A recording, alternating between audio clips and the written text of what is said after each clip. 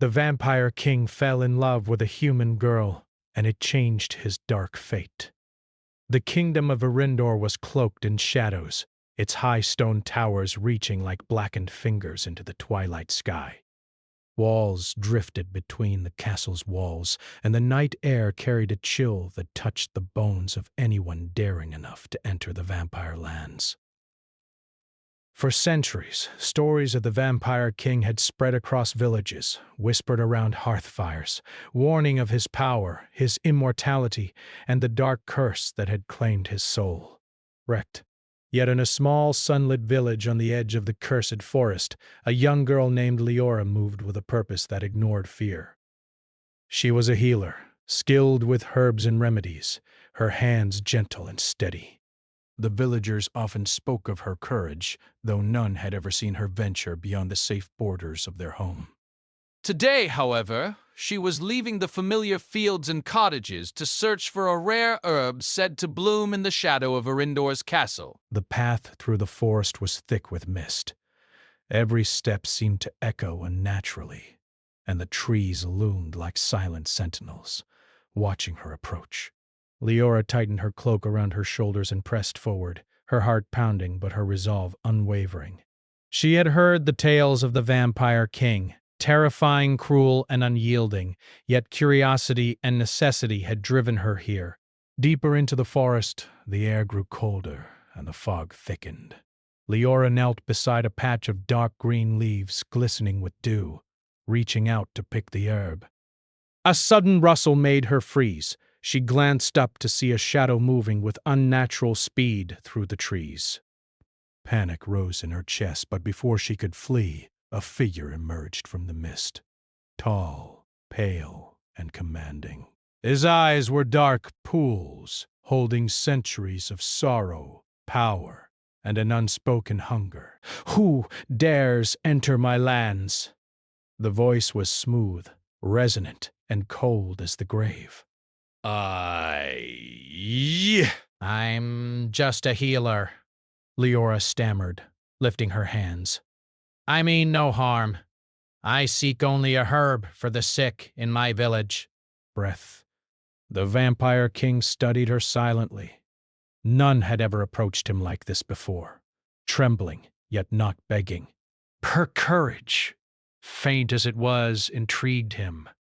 In centuries of immortality, he had grown accustomed to fear, obedience, and flattery. Brias.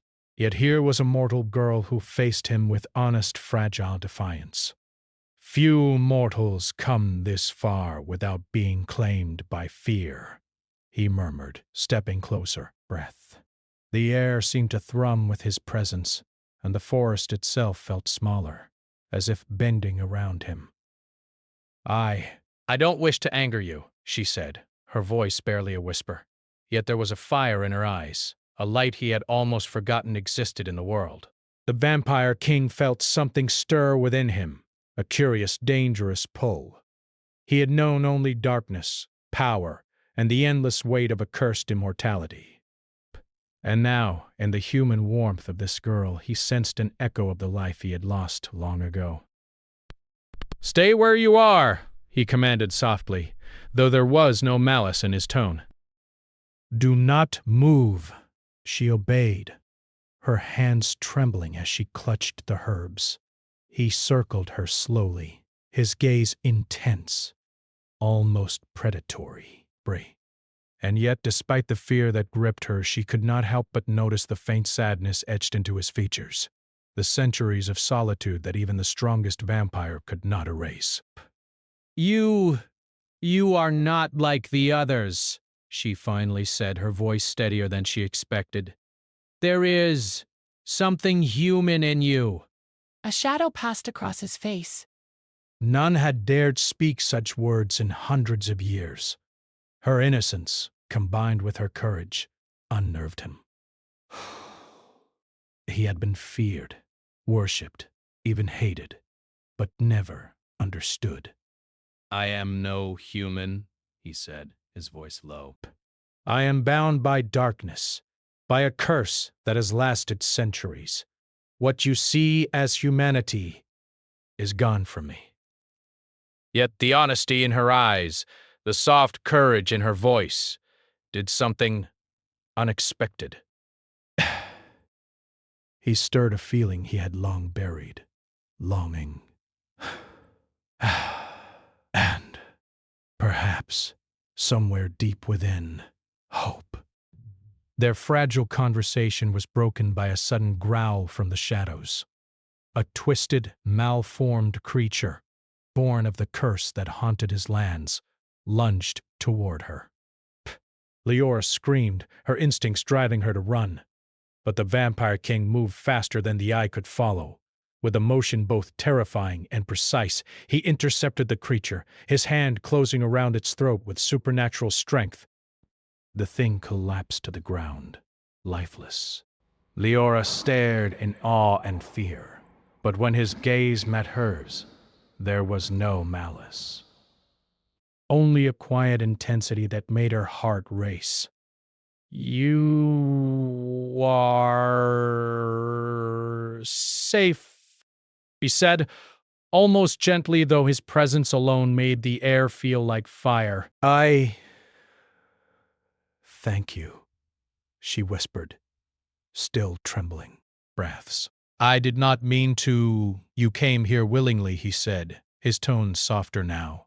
"That is unusual." For a moment they simply looked at each other, separated by a chasm of centuries and species, yet drawn together by an unspoken force neither could name. Leora felt the strange pull of fascination, of awe, of fear mingled with curiosity. The Vampire King felt the stirrings of something even more dangerous: attachment, care, and the faintest hint of affection. But the world they inhabited was unforgiving. In the shadowed halls of the castle, whispers of prophecy lingered like a faint wind, pure. The royal seer, long silent, had once foretold, "When the dark king loves a mortal, his fate shall twist, and his soul may yet see dawn." The Vampire King did not speak of prophecies.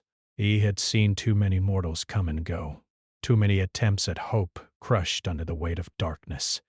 Yet in Leora, he saw something different. She was mortal, fragile, and luminous, yet unafraid. "Why do you come here?" he asked finally, his eyes narrowing slightly. "To help," she said simply. "The sick, the wounded. The people of my village. I will not turn back, even if it is dangerous." Breaths. Her words lingered in the cold night air, and for the first time in centuries, the Vampire King felt a stirring of emotion he had thought impossible. Admiration, and more dangerously, something that resembled care. "You are brave," he said, almost reluctantly. "Perhaps too brave for your own good." The forest fell silent, save for the distant howl of some unseen beast.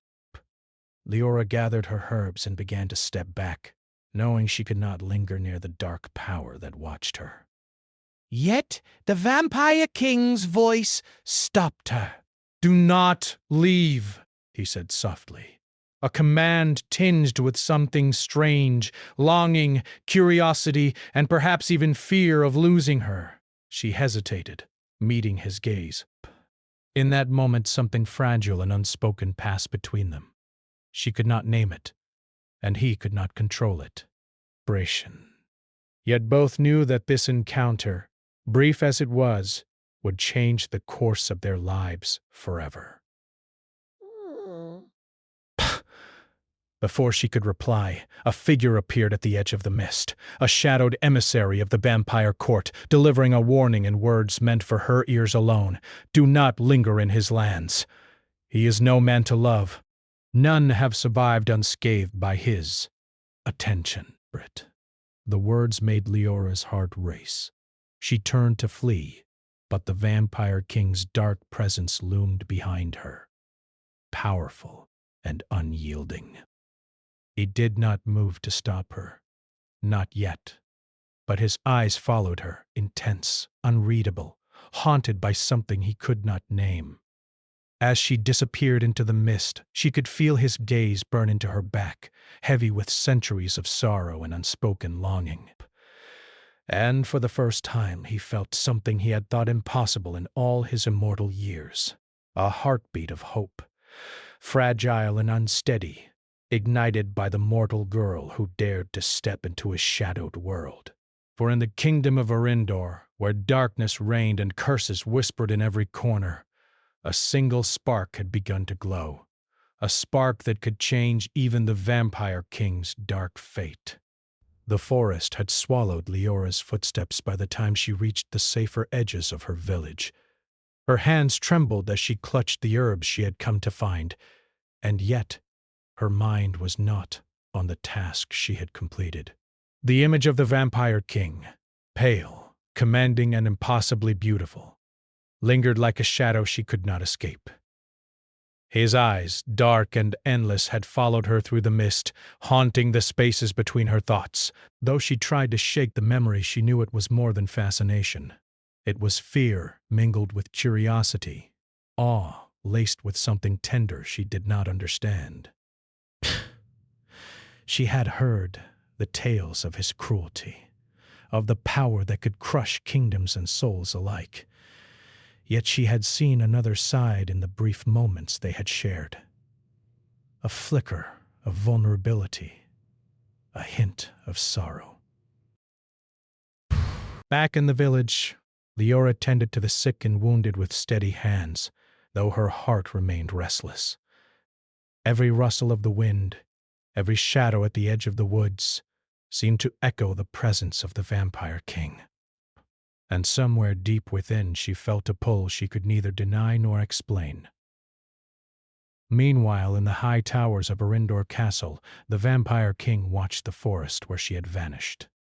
His chamber was cold and dim, lit only by the faint glow of enchanted lamps that burned without flame.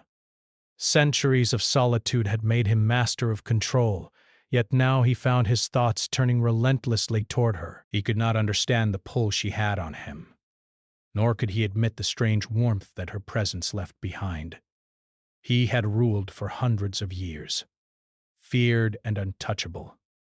He had known only darkness, power, and the heavy weight of accursed immortality.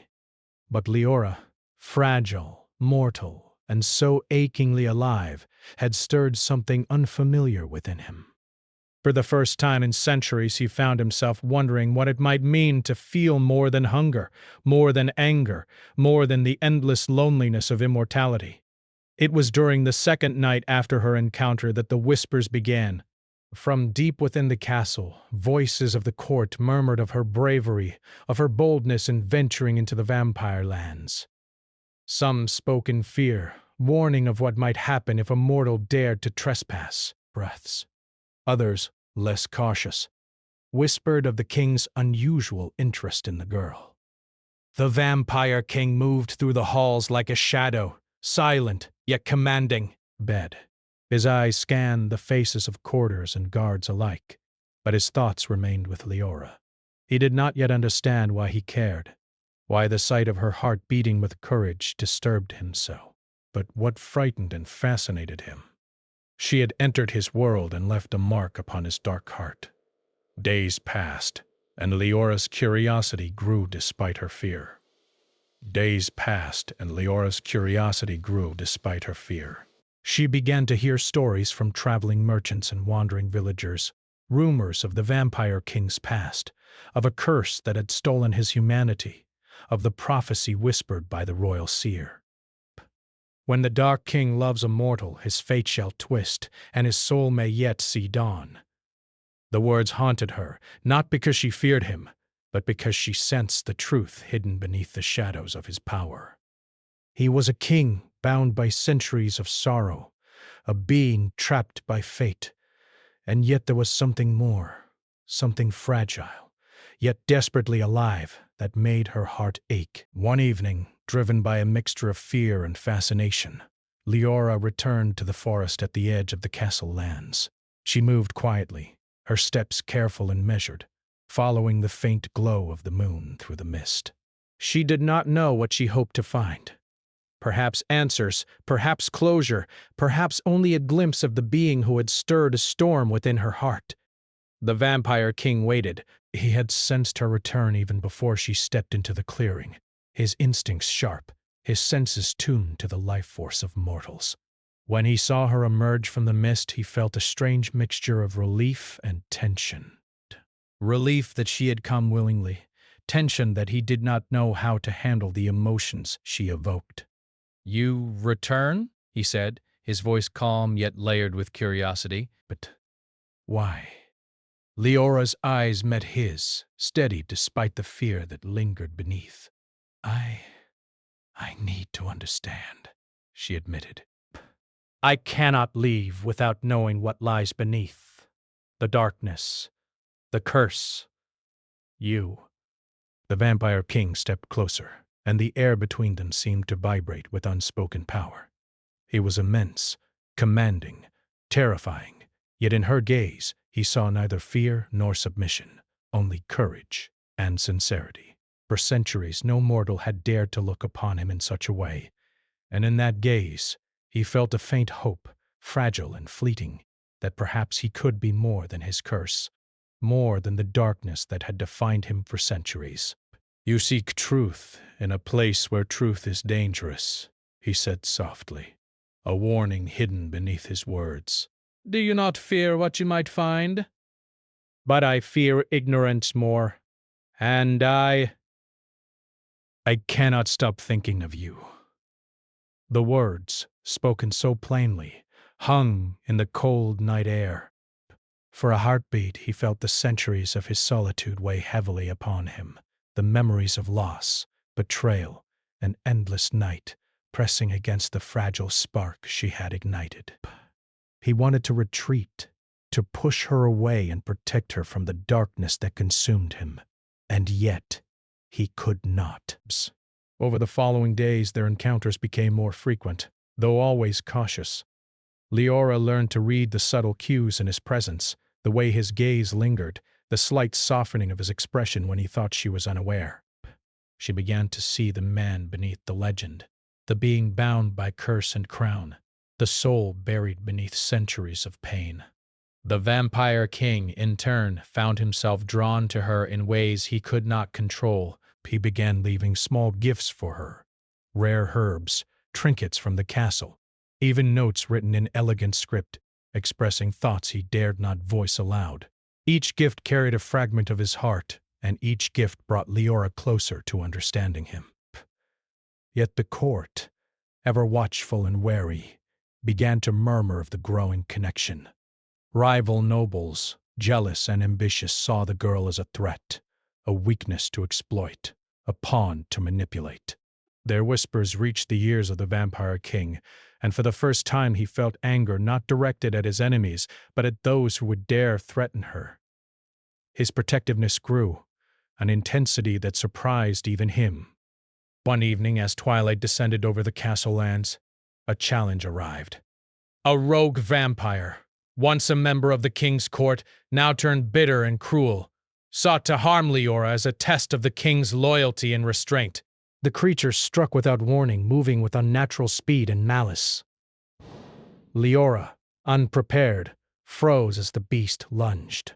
But before it could reach her, the vampire king appeared, faster than thought, a blur of shadow and power. With a sweep of his hand, he disarmed and defeated the rogue, the night air ringing with the force of his presence.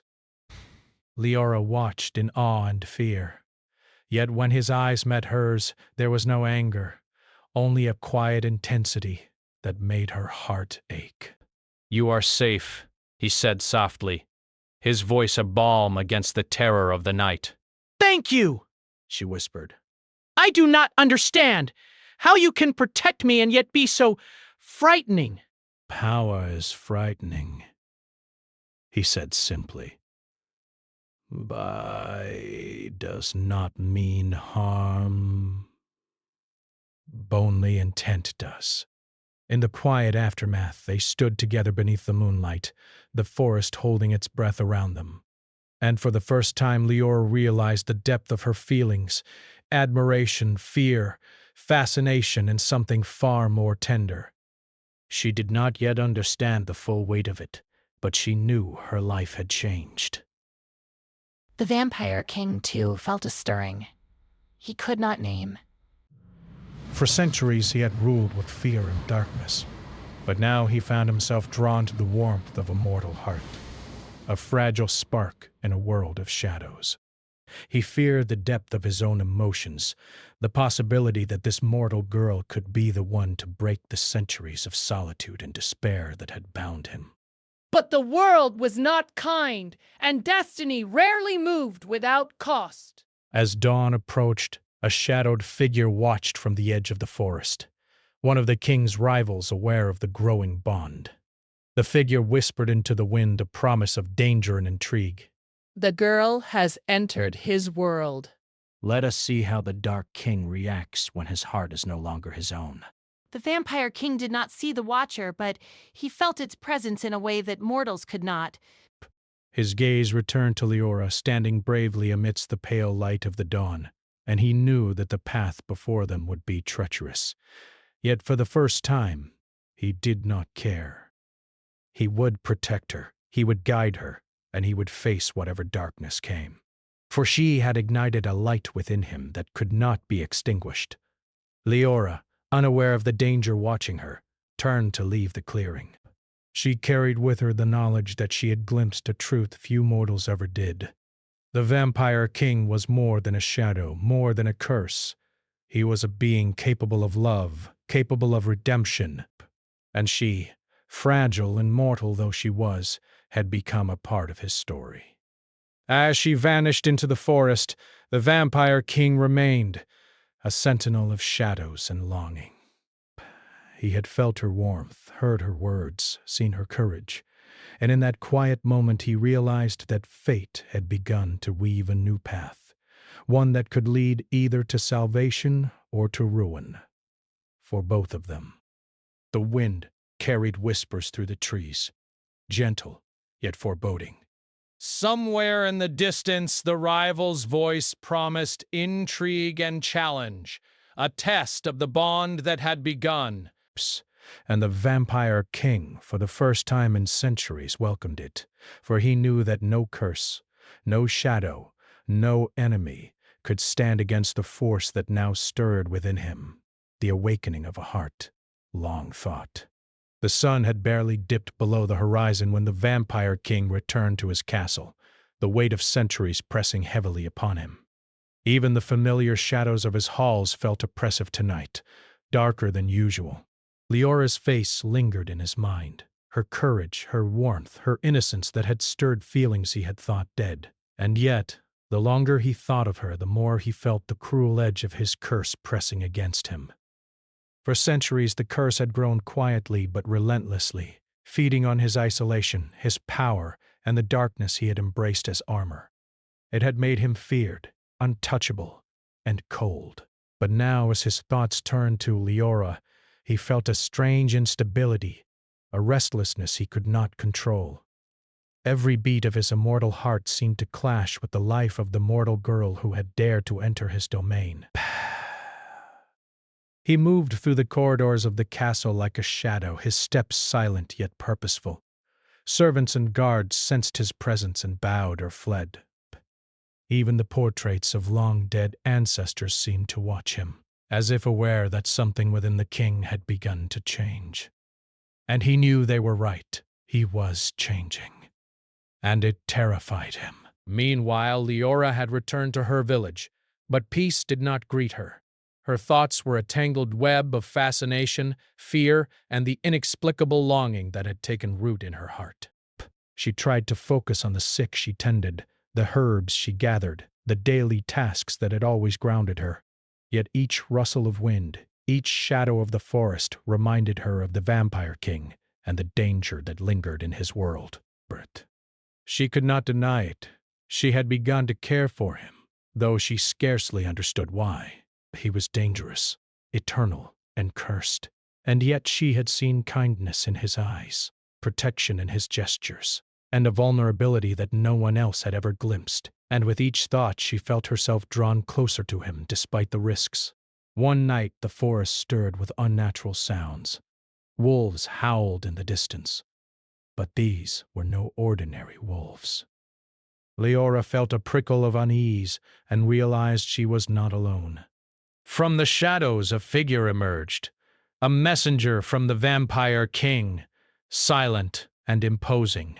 He carried a single note, sealed with the king's mark. Her hands trembled as she broke the seal and read the words, "Meet me at the edge of the northern forest. There is no one to trust but yourself.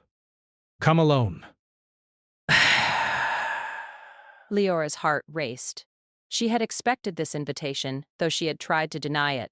And yet, a part of her hesitated. She knew that entering the Vampire King's lands again would be dangerous. The court was filled with rival nobles, the shadows with creatures bound to the curse. But she also knew that to refuse was impossible. Wraith. Something within her demanded she go, to understand, to see the truth that haunted her thoughts. That night, under a pale crescent moon, she ventured back into the forest. The mist curled around her feet, and the air was thick with the scent of earth and hidden magic. Every sound seemed amplified, the whisper of leaves, the snap of twigs, the distant call of unseen creatures. She pressed forward, guided by the faint pull of fate that had led her to the Vampire King before. He waited for her in a clearing, tall and still as a statue. The moonlight washed over him, pale and ghostly, but his presence was unmistakably alive, almost breathing with quiet power. His eyes, dark and endless, met hers immediately, and the world seemed to shrink around them. "You came," he said softly, his voice carrying both relief and caution. "You should not be here. The dangers are greater than you imagine." "I know," she said, her voice steady despite the fear that tightened her chest. "But I need to understand. I cannot leave without knowing what this curse has done to you and what it might do to me if I stay near you." He studied her, silent for a long moment, as though weighing her courage against the centuries of danger that surrounded him. Finally, he gestured for her to follow him deeper into the clearing. There are things you cannot see, creatures that lurk beyond the reach of mortal eyes. And there is the curse itself, growing stronger, threatening me, threatening everything I touch. Leora listened, her heart pounding, but she did not flinch. "I am afraid," she admitted, "but I am not turning back. Not now." The Vampire King's eyes softened, and for a fleeting moment the centuries of darkness that had hardened him seemed to falter. He reached out, almost instinctively, to steady her trembling hand. "You are brave," he said, his voice low. "Braver than anyone I have ever known. But bravery does not protect you from what comes next." He led her to a place few mortals had ever seen, an ancient grove where twisted trees bent in unnatural shapes, and the ground pulsed with a dark energy. At the center, a stone pedestal held a crystal glowing with a soft, almost sorrowful light. This was the artifact, said to hold the power to calm or even break his curse, yet it was guarded by ancient magic that had claimed the lives of many who tried to approach it. "The artifact is dangerous," he warned.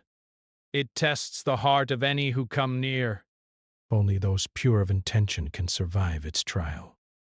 Leora stepped forward, determination flickering in her eyes. "Then I will try. Not for power, not for glory, but to help you. To help us." Breaking. The moment she touched the crystal, the air around him shivered. Shadows stretched and writhed, and the forest seemed to hold its breath. A voice, neither fully male nor fully mortal, echoed in her mind. "Do you have the strength to face what lies within?" She felt fear, doubt, and temptation all at once. The curse reached out to her, testing her resolve, whispering of endless power, of immortality if she would only accept it. She recoiled, but the thought of the Vampire King, of his suffering, his solitude, steeled her courage. She grasped the crystal with both hands and whispered, "I'd do this for him. And for us." Space. The forest trembled, shadows fleeing as the artifact's power acknowledged her courage. The Vampire King watched, his heart a storm of emotion. He had seen mortals try and fail before, succumbing to fear or greed. But Leora's heart, pure and unyielding, was stronger than he could have imagined. For suddenly a roar shattered the quiet. From the depths of the forest, creatures of shadow, twisted by the curse, emerged, drawn by the disturbance. They lunged toward her with speed and malice, their forms shifting and terrifying. Leora froze for an instant, but the Vampire King was faster. He moved like a shadow of shadows, intercepting the creatures, his power luminous and terrifying in its beauty. The clash was violent yet controlled. The creatures fell before him, one by one, until the forest was silent again, save for the ragged breaths of the Vampire King and Leora Braze. She looked at him, awe and fear mingling in her gaze. "You are?" she began, struggling for words.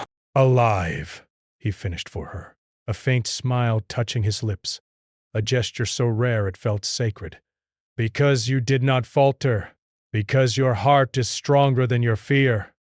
For a moment, silence fell, broken only by the wind whispering through the ancient trees. They stood together, mortal and immortal, bound by danger, courage, and something far deeper. But fate rarely allows peace for long. From the shadows, a rival noble emerged, their eyes gleaming with malice. They had followed her, intending to use her as a pawn against the Vampire King. Now, seeing her survive and the bond forming between them, envy and rage burned in their heart. "You dare to touch what belongs to me?" the rival sneered, stepping into the clearing. "You meddle in matters beyond your comprehension." The Vampire King's eyes darkened, and the shadows around him seemed to gather like a storm. "Leave," he commanded, his voice absolute. "Leave or face the consequences." The rival laughed, a sound sharp and cruel. Consequences? You are the cursed king. You cannot protect her from me or anyone else who seeks to challenge you. For the first time, the Vampire King's calm control faltered. His curse, the darkness that had been a shield and a prison, surged within him, threatening to consume the world around him. He took a step forward, and the air itself seemed to bend to his will. But then he looked at Leora, the mortal girl, brave and unyielding, standing in the center of the clearing, her hands trembling but her heart steady. And in that moment he felt the truth he could not deny. Her courage, her love, her unwavering spirit could anchor him, could guide him through the darkness he had embraced for centuries. He raised his hand, not in attack but in warning. "Stay behind me," he said, his voice softer yet filled with unshakable authority. "I will not let harm touch you." The rival lunged, and the forest erupted in chaos. The shadows clashed, creatures of darkness were drawn into the fray, and the very ground trembled. Yet amidst the turmoil, the Vampire King moved with unmatched precision, defending Leora with every ounce of strength he had. And though the danger was immense, she never wavered, her trust in him unspoken but absolute. At last the rival was defeated, retreating into the shadows with a promise of vengeance. The forest grew still, and the crystal's glow softened, as if acknowledging the trials that had been faced and survived. Breathing heavily, Leora looked up at the Vampire King. You could have destroyed them all," she whispered. "I could," he admitted, his voice low, tinged with awe and something softer, "but I did not." Not because I feared the enemy, but because I would not let harm touch you. You are part of this world now, more than a fleeting mortal life. And I will not lose you. Her heart ached at his words, a mixture of fear, admiration, and a tender longing she could not yet name. Breath. And for the first time she realized the truth she had been avoiding. She cared for him more than she could ever fully express. The night stretched on, shadows curling around them, but neither moved. Breath. They stood together, mortal and immortal, linked by courage, trust, and the fragile beginnings of love. And in the silent forest, a new understanding had begun. The curse was no longer unchallenged, and the Vampire King's heart, long thought lost to darkness, had begun to stir. Yet the night's calm was only temporary. From the deepest reaches of the castle, unseen eyes watched, plotting and whispering. Rivals were scheming, shadows were stirring, and the curse, though confronted, had not been fully broken. The path ahead would be treacherous, filled with danger, trials, and tests of heart and soul. The Vampire King and Leora did not yet know the full weight of what lay before them. But one truth was undeniable. Together, they had faced the edge of the curse and survived. And that survival had ignited a bond neither time, darkness, nor fate could deny. The first light of dawn had not yet touched the horizon, and the kingdom of Arendor remained shrouded in mist and shadow. The castle loomed like a sentinel over the darkened lands, its towers piercing the foggy sky. Within its walls, the Vampire King moved silently, his mind racing with thoughts of the trials to come. The events of the previous nights weighed heavily on him. Leora had survived the trial of the artifact. Her courage had anchored him against the rising curse, and yet the shadows of rivals and enemies still lingered. The prophecy, when the Dark King loves a mortal, his fate shall twist, and his soul may yet see dawn, echoed in his mind, and he knew that the moment of destiny had arrived. Leora, unaware of the full magnitude of what awaited, had returned to the castle by the Vampire King's summons. She walked the halls with cautious steps, her heart both heavy and light. Brask. She had grown to trust him, even in the face of darkness, and she had begun to understand the depth of his pain, his loneliness, and the centuries of sorrow that bound him. When she entered the central hall, the Vampire King awaited her. He stood tall, his figure outlined against the faint glow of torches. His expression was unreadable, yet in his eyes burned a light that had not existed before: determination, longing, and the flicker of something far more fragile: hope. "We do not have much time," he said, his voice low and steady. "The rival nobles will not remain idle. They seek to exploit the curse, to seize power while I am vulnerable." Leora nodded. "I am ready," she said simply. "I will face whatever comes, with you." For a moment, the immortal and the mortal stood in silence, the tension between them almost tangible. Then the Vampire King led her to the northern tower, the place where the heart of the curse pulsed strongest.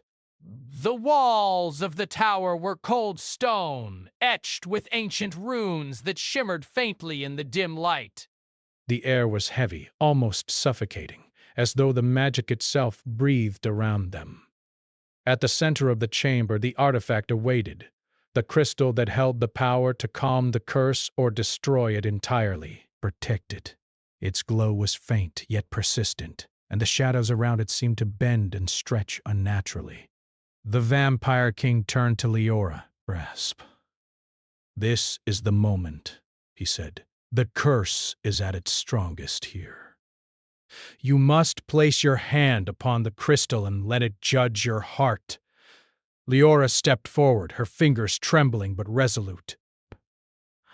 I am not afraid, she whispered. Not anymore. The moment her hand touched the crystal, a surge of energy rippled through the chamber. Shadows writhed, twisting into shapes both terrifying and magnificent. The rival nobles hidden in the darkness watched with anticipation, believing that the girl would falter and the Vampire King would be defeated. But Leora did not falter. She closed her eyes and focused on the Vampire King, on the kindness and courage she had seen in him, on the bond that had grown between them. Her heart, pure and unwavering, resonated with the magic of the crystal. The shadows recoiled. The crystal's light grew brighter, bathing the chamber in a soft, golden glow. The Vampire King felt the curse, long a part of him, surge and twist, threatening to consume him entirely. But the warmth of Leora's courage, the steadiness of her heart, reached him, anchoring him, guiding him through the storm. From the shadows, a figure moved, the rival noble seeking to strike before the process could complete. But the Vampire King intervened, his form a blur of shadow and light, his power precise and overwhelming. He disarmed the rival with ease, yet he did not harm them fully. Instead, he cast them into the outer hall, defeated but alive, a warning that his mercy was as formidable as his strength. With the rival removed, the chamber was silent, except for the pulsing light of the crystal and the two figures standing within it. The Vampire King stepped forward, placing his hand beside Leora's on the crystal. The energy surged through them both, connecting their hearts, their souls. The curse that had tormented him for centuries began to unravel, its power meeting the warmth and courage of mortal love and immortal devotion. For a moment, time seemed to pause. The chamber shimmered with the energy of magic and emotion intertwined. Shadows dissolved, and a soft wind stirred, carrying the scent of dawn and renewal. But then, with a sound like a sigh, the curse began to lift.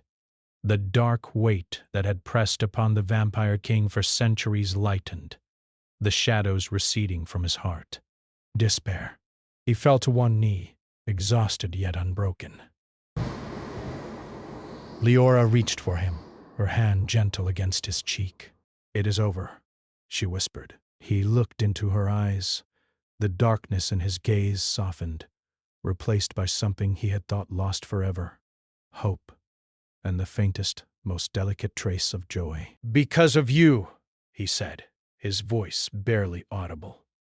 "Because you did not falter. Because you dared to see the heart beneath the curse." Tears glimmered in Leora's eyes. "Breath. We did it together," she said. "You are no longer alone." For the first time in centuries, the Vampire King allowed himself to smile, a smile that was not of fear nor of calculation, but of pure, unguarded relief. The power of the curse had been broken, yet the bond between them remained, stronger than magic, stronger than fear. Beyond the walls of the tower, the kingdom began to stir. The people sensed a shift in the air, a softening of the darkness that had long dominated their lands. The rival nobles, once scheming and cruel, retreated, wary of the renewed power and compassion of their king. And the forest, once twisted and shadowed, seemed to breathe a quiet sigh, as though the land itself recognized the dawn of a new era. The Vampire King rose, his form tall and commanding, yet lighter than he had ever felt. He extended his hand to Leora. "Come," he said. "The kingdom awaits, and so does a new beginning." Leora took his hand, feeling the warmth of his touch, the strength of his presence, and the promise of something enduring. Together they moved from the shadowed tower into the open air, where the first rays of sunlight were brushing the horizon. The sky, once a pale gray, now glimmered with soft hues of gold and rose. The curse had been broken, and the darkness that had bound him began to fade into memory. As they stepped into the courtyard, the people of Arendor looked upon their king and the mortal girl who had dared to enter his world. Whispers of astonishment and wonder spread like wildfire. A band, some feared, some doubted, but all could see the change.